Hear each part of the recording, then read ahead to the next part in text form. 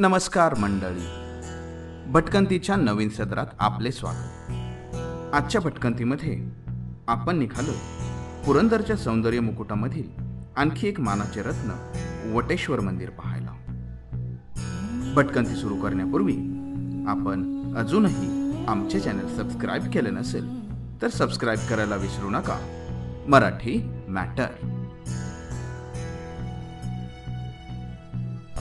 सासवड गावातून वटेश्वर मंदिराकडे जाताना वाटेत सरदार अंबाजी पंत पुरंदरे यांचा वाड, ग्रामदैवत भैरवनाथाचे मंदिर, प्रसिद्ध असे कऱ्हाबाई मंदिर, तसेच कऱ्हा नदीच्या तीरावर वसलेले संगमेश्वर मंदिर पाहायला मिळतात.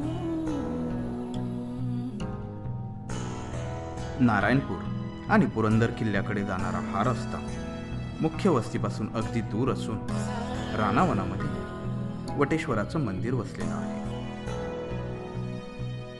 कऱ्ह्याच्या तीरावर काळ्या गर्द रानात वसलेले या मंदिराची भव्य तटबंदी पाहताच नजरेत भरते.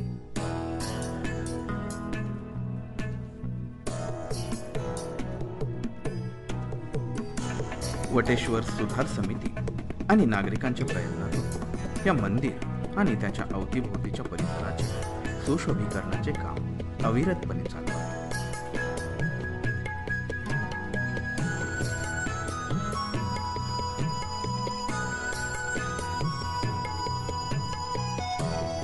हेमाडपंथी शैलीच्या या मंदिराचे काम चुना आणि इतर सामुग्रीच्या मिश्रणातून केलेले दिसून येते. बेसमेंट, स्तंभ, सभामंडप, गाभारा इत्यादी काळ्या खडकातून बनवलेले आहेत. नव्या जुन्या आर्किटेक्चरचे मिश्रण असणाऱ्या या मंदिरात नंतरच्या नूतनीकरणाच्या काळात झालेले बदलही दिसून येतात. शिखरामध्ये अनेक देवतांची लहान लहान चित्रे पाहायला मिळतात.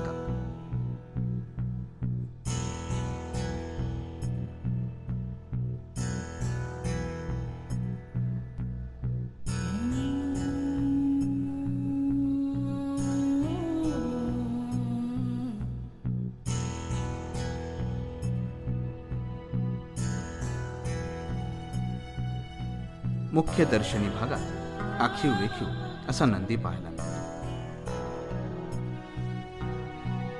नंदीची भव्यता आणि त्याच्यावरील कलाकुसरीचे काम पाहून मन प्रसन्न न झाले तर नवलच.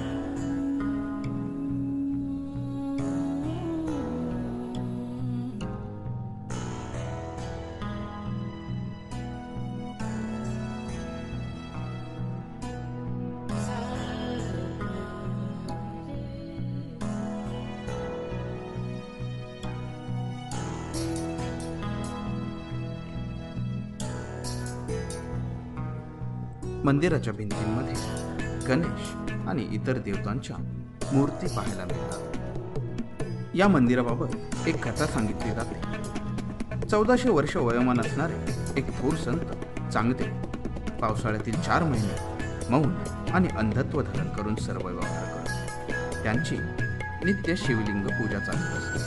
त्यांच्या शिष्याने काळ्या चिकन मातीने वळवून तयार केलेले लिंग डाव्या हातावर घेऊन संत चांगदेव त्याची विधियुक्त पूजा करत. एक दिवस सतत पडणाऱ्या पावसाने कंटाळून शिष्याने एका मोठ्या पालथ्या वाटीवरच थोड्याशा मातीचे लिंगण तयार केले आणि तेच पार्थिव लिंग म्हणून ठेवले.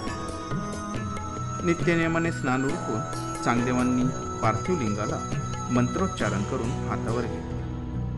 पण पाहतात तर काय, ते मुळीच हले नाही. डोळे उघडून पाहिल्यावर त्यांनी ते हलवण्याचाही प्रयत्न केला, पण तो व्यर्थ गेला.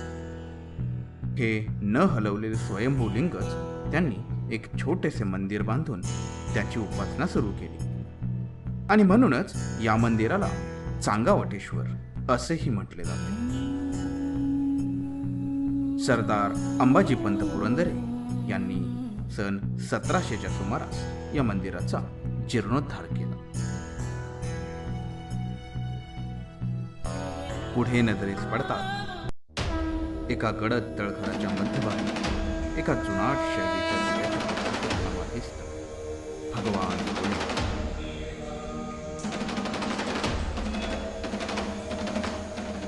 मंदिरात मंजूळ आवाजात होणारे शिवध्वनीचे गुंजन मन प्रसन्न केलं. समोरच श्री गणेशाची एक पांढरी शुभ्र आणि आकर्षक अशी मूर्ती पाहायला मिळते.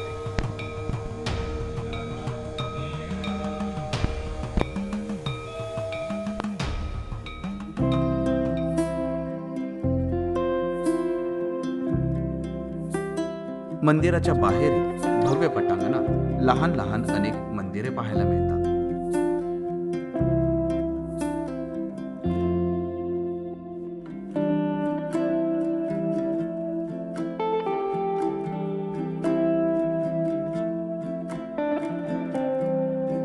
मंदिराच्या भिंतींवरील आखीव रेखीव अशी नक्षीकाम पाहताच मन प्रसन्न होऊन जाते. वेगवेगळ्या पुराणकथातील व्यक्तिचित्र या भिंतींवर पाहायला मिळतात. भिंतीवरील प्रत्येक फुलाचे नक्षीकाम पहिल्यापेक्षा वेगळे पाहायला मिळते.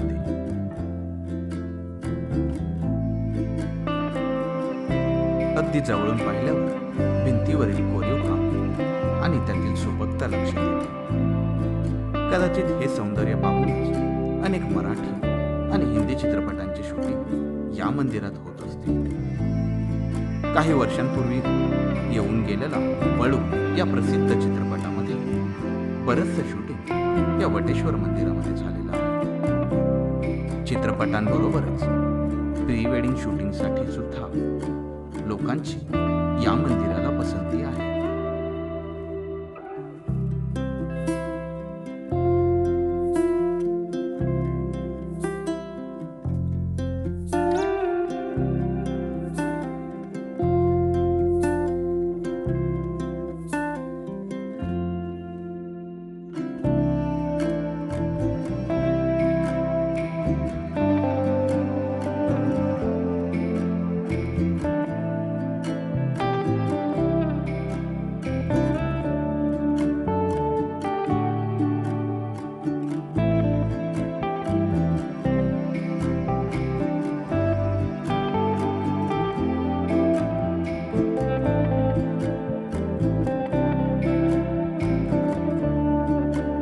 मंदिराच्या उत्तरेला करमाई खळखळून वाहत आहे. निसर्ग सौंदर्याने नटलेला हा परिसर पक्षीराज मयूरालाही न आवडला तर नवलच.